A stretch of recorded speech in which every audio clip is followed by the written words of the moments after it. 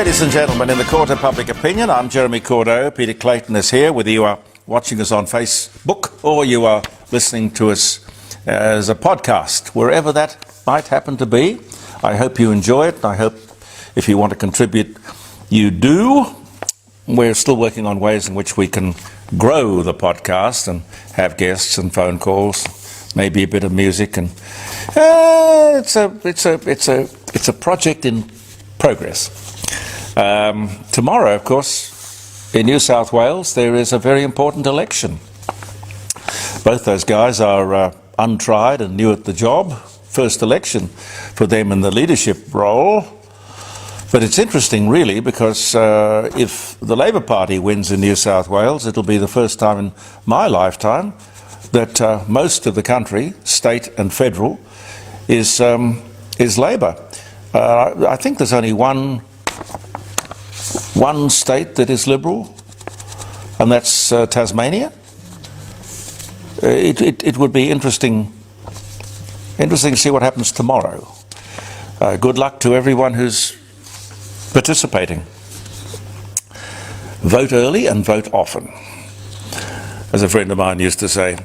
Before we get into the news of the day and the items of the day, the birthdays. March 24. Steve McQueen, American actor, called the King of Cool. He was called the King of Cool during the 60s. He made lots of great movies. I wouldn't call him a great actor, but he just played this different character. He was in The Magnificent Seven. He was in The Great Escape. A picture of him on his motorbike, taken from, in fact, The Great Escape, is over there. I loved him in a movie called The Thomas Crown Affair. Did you ever see that, Pete? Yeah. And he had a blue Rolls Royce, 69 model, I think. A Silver Shadow. Very, very pretty car. And Faye Dunaway was in that, I think. He died in 1980. But he was born in 1930. Census of the British Empire shows that Great Britain ruled 1/5 of the entire world. On this day, 1906, that was proclaimed. Sir John Kerr, Australian politician and Governor-General, who dismissed the Whitlam government, dies at 76. A Labor stalwart for many years, even when he was the Governor of New South Wales, before he was made Governor of the Governor-General. As a lawyer, he was the go-to man for all the unions. Sir John Kerr, 1991. Sir John Kerr dies at 76. Elvis Presley joins the US Army on this day in 1958. His serial number, 533-10761. John Harrison, English carpenter and clockmaker, who invented the marine chronometer to calculate longitude while at sea. Born in Yorkshire, died in 1776 on this day, which was his birthday because he was born in 1693. So without him, we wouldn't have latitude and longitude. Elizabeth I, Queen of England and Ireland, and daughter of Henry VIII and Anne Boleyn, dies at 69. 1603 was the year. Harry Houdini, famous magician, escape artist, born in Budapest in 1874, dies in 1926 of a ruptured appendix. 1905, Jules Verne, the father of science fiction, around the world in 80 days, and was it 20,000 Leagues Under the Sea? 20,000 Leagues Under the Sea. Yes. Jules Verne dies at 77. That was 1905. He was born in 1828. Joseph Priestley, the English chemist and theologian and author, he discovered oxygen and carbonated water. He was born in Bristol in 1733 and dies in 1904. But he was born this day. Bernard Montgomery, 1st Viscount Alamein, British World War II Field Marshal, the African Campaign, D-Day, World War I officer as well. He dies at 88 years of age, 1976. Monty, as he was very fondly called by just about everyone, but people in the army, of course, wouldn't have done that. Richard Widmark, the American actor, Murder on the Orient Express, Judgment at Nuremberg, dies of complications. He was 93, 2008. I don't know, was Richard Widmark in The Magnificent Seven? Not sure. No. There was a great cast for The Magnificent Seven. And William Morris, English arts and crafts designer, his work today, he was 1834, he was born. His designs are still popular today, highly sought after. Good design never dies, never has a use-by date. I love this, the Greens and this crazy Get Up organisation. Now there's a double. They're demanding that prisoners be allowed to vote in the upcoming referendum. You see, if you're in jail on a sentence longer than 3 years, you're not allowed to vote in a referendum. Now, these lefties say that this is awful because it's going to disqualify an awful lot of Aboriginals. We can't have that. Every vote counts, remember? Now, everyone is entitled to be heard. That's true. But there are some people whose drivel shouldn't be listened to, but I don't mind people talking at all. In fact, I encourage it. If the law says, however, you're not eligible to vote, well, you're not eligible to vote. Even if it's to the disadvantage of the argument that you're putting up. Tough cheddar. Oh, by the way, the Irish pub that I was talking to you about the other day, last Friday, in fact, St. Patrick's Day, and it's sort of called the Norwood Hotel, but somebody got hold of me and said, no, it's called the Finn McCool's. If you ever got a chance to see it, if you happen to be in Adelaide or come to Adelaide, it's on the corner of the Parade and Osmond Terrace. And it really is, I think, one of the very last really clever, well-designed Irish pubs. I was listening to a radio news broadcast, I think it was Tuesday, and I was amazed to hear a story about the economy. You know, the Reserve Bank keeps on putting the interest rates up, and they do that to slow the economy, to bring down demand and therefore curb inflation. That's the task. Anyway, this journalist was saying, confidence is at a 3-year low. He was saying it as if it was a bad thing. And then he went on to point out that Australians were either cancelling or delaying purchases of major appliances and spending generally less money. And the angle the journalist was taking was shock horror. This is not good. This is bad. What kind of journalists are we breeding? This is exactly what the Reserve Bank wants. That's why we're going through the pain. They want to reduce the amount and the velocity of money in the economy. That's the story. The pain of higher interest rates is now clearly working. That is something to celebrate, not to write a shock horror story about. I just don't think they know or understand. Inflation is, the textbook meaning of it is too much money chasing too few goods and services. So what do?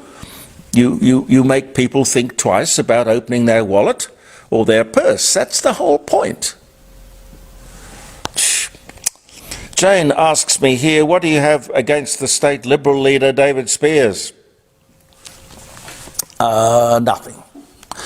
Nothing. I have never met him, but as a Conservative I was just trying to be constructive. If Peter Malinauskas plays his cards right, he will end up being Premier for many, many years to come. David Spears has not been able to lay a glove on him. Even though he's had all the ammunition in the world, in my opinion, ambulance ramping, the government spin, which you may have heard, the government spin, the Premier said, yes, I know we promised to fix the ramping. Fixing the ramping of ambulances does not mean bringing it to an end. My God. Now that is an amazing piece of political spin. Fixing the ramping of ambulances does not mean bringing ramping to an end. Really? Really? What else does it mean? Huh? No opposition leader worth his salt would have let a Premier get away with that. Then there's the cost of living, the broken promises. Jane, I'm sorry, I'm just pointing out the bleeding obvious. I'm not being partisan, I'm a self-confessed conservative. But I just think the Liberals, particularly if there is an election win for Labor tomorrow in New South Wales, have got to be thinking about a whole lot of things. Football great Gary Ablett has joined the clarion cry for compensation. I have been concussed. I have brain damage. Well, it's a terrible diagnosis, and I would hate to get that myself. But no one forced him to play football. No one forced him. People have to take responsibility for their decisions and the consequences that spring from those decisions. The consequences that come from the risks that we take. The AFL and the NRL, well, players are paid up to and over $1 million a year. You take that sort of money and you really do take the risk. But the same thing goes for being a boxer or a jockey or a Formula One racing driver, indeed. Forgive me. Dangerous occupations. I know that in radio, and Pete would know this from his background in music, that you sit in the studio and sometimes you're wearing headphones and they're too loud. And do that for long enough and you will do irreparable harm to your hearing. But it's one of those hazards of the occupation. And if you're up there on a stage and you're playing guitar or you're singing or something like that, the noise is cumulative and destructive upon your audio system. But you must know that and you must take the risk or don't be in the game.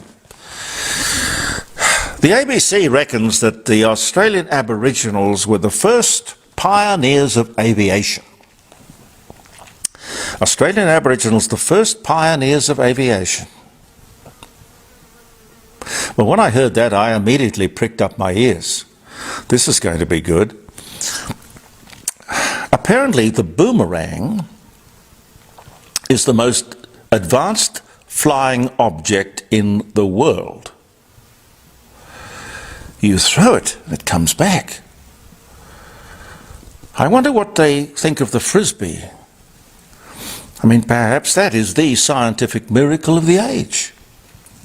I don't know.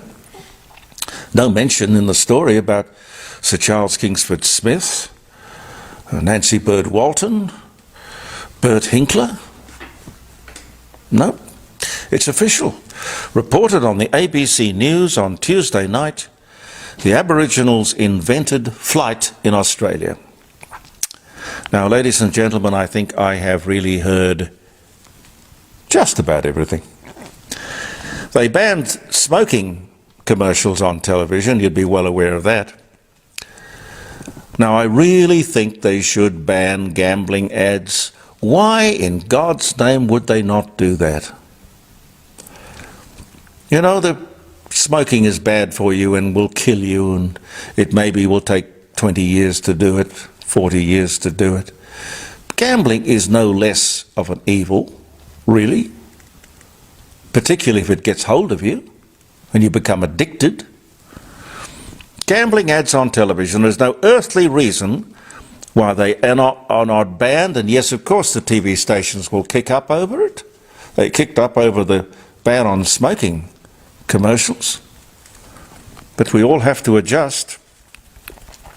And speaking of health, the crisis in healthcare is getting worse. I would like to know how many people are in the public system, the hospital system, because of drugs, including alcohol and all the other stuff that's readily available, temptingly available, all sorts of other lifestyle choices. Are people sick,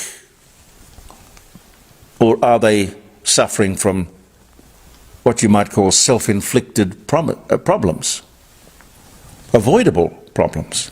Sarah Ferguson on 7:30 the other night, fantastic job interviewing the Russian ambassador to Australia. Very good work, really good work. I wish she could do the same sort of interview with Anthony Albanese and the Labor government, but I guess, I sense her heart wouldn't be in it. Anyway, another question I'd like to ask you is Parliament broken? Is this the best way in the democratic system to run the country? If you've ever listened to it, and I don't know, you can on News and Parliamentary, which is a subsidiary station that the ABC puts out. Here in Adelaide, it is in fact 1197, which is the old 5KA, because when you're an AM station and you get an FM licence, you surrender your AM licence, and the government can do other things with it, turn it into a community station or otherwise use it.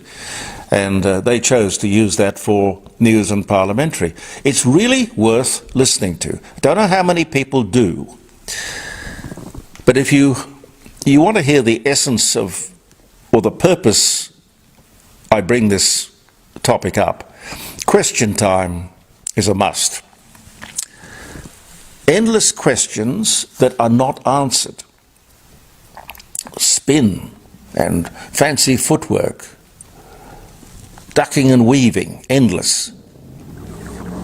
Questions that are not answered. Then, of course, there are the Dorothy Dixes, which mean absolutely nothing. Somebody from your own party stands up and asks the minister something for which he has had an answer prepared, which is nothing more than an opportunity to promote himself or herself. It's a joke. It's a very expensive joke, and the joke's on us. But I just float that. Maybe there's a better way of doing it. I'm not sure how I feel about this one. Did you see how a group of Nazis or white supremacists, or people who were kind of playing that role, or people who were wanting maybe the media and others to think that's who they were?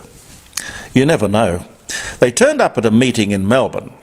It was an anti-trans meeting. Christians were arguing about transsexuals. Sort of a protest meeting, I guess. You can imagine what the whole thing looked like. Well, there were trans people there were the Christians there, and there were the Nazis there. Up rocked the masked black t-shirted Nazis, complete with that salute. You know the one. The people of Victoria want such behaviour banned. By behaviour, I mean the salute. A Liberal Member of Parliament by the name of Moira Deeming was there. She's effectively been sacked for her participation. Can we go around banning things and sacking people just because we don't agree with what they're saying? Is that democracy? You You can say and do what you like as long as you don't offend me. That kind of democracy doesn't appeal to me, and I don't really think it works. Most Australians would hate what these neo-Nazis stand for or purport to stand for. But everyone, pro-trans, anti-trans, right-wing, extremists, radicals, everyone should be free to speak. Protest. Demonstrate. I don't care. I disagree with what you say, but I will fight to the death for your right to say it. Voltaire. In Sydney, we had the Domain on a Sunday afternoon, where people would get up, literally on a soapbox. And there'd be radicals and communists, and a lot of people cut their teeth, their political teeth, on that sort of forum, where, you know, you said what you felt, and the people around you in the audience said what they felt, and sometimes even threw things. But you sharpened your skills and your rhetoric by doing that. I think most cities would have a speaker's corner where people were welcome to come along and talk about whatever they wanted to talk about. I think those sort of outlets are really valuable and instructive. The Victorians have banned the presentation or appearance of the Nazi swastika, which is a very old symbol. It's steeped in history. I think it's Hindu. I know Rudyard Kipling always used it in his books as his sort of logo. Well, they're going to ban that. I know they've banned an awful lot of military Nazi military memorabilia. But they don't seem to mind, the authorities that is, they don't seem to mind the hammer and sickle. Stalin, I think, killed 20 million people. They don't mind Japanese, the rising sun. They don't mind those symbols of Imperial Japan.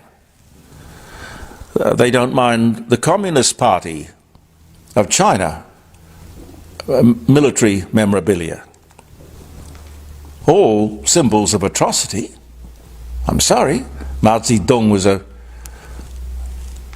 I don't know how many, I couldn't even begin to imagine how many people he killed, murdered, assassinated. Why just the swastika? Why don't we go for the whole kit and caboodle? Am I out of time? Yes. Oh dear, oh dear. No, we'll leave that one till Monday. Look, thank you very much for viewing the Court of Public Opinion, ladies and gentlemen. I do go on, I get carried away. But Pete keeps me in line. We'll be back on Monday. So say it again? I try. You try. We will be back on Monday from the garage in the Court of Public Opinion. I'm Jeremy Cordeaux with Peter Clayton. Believe in yourself and goodbye for now.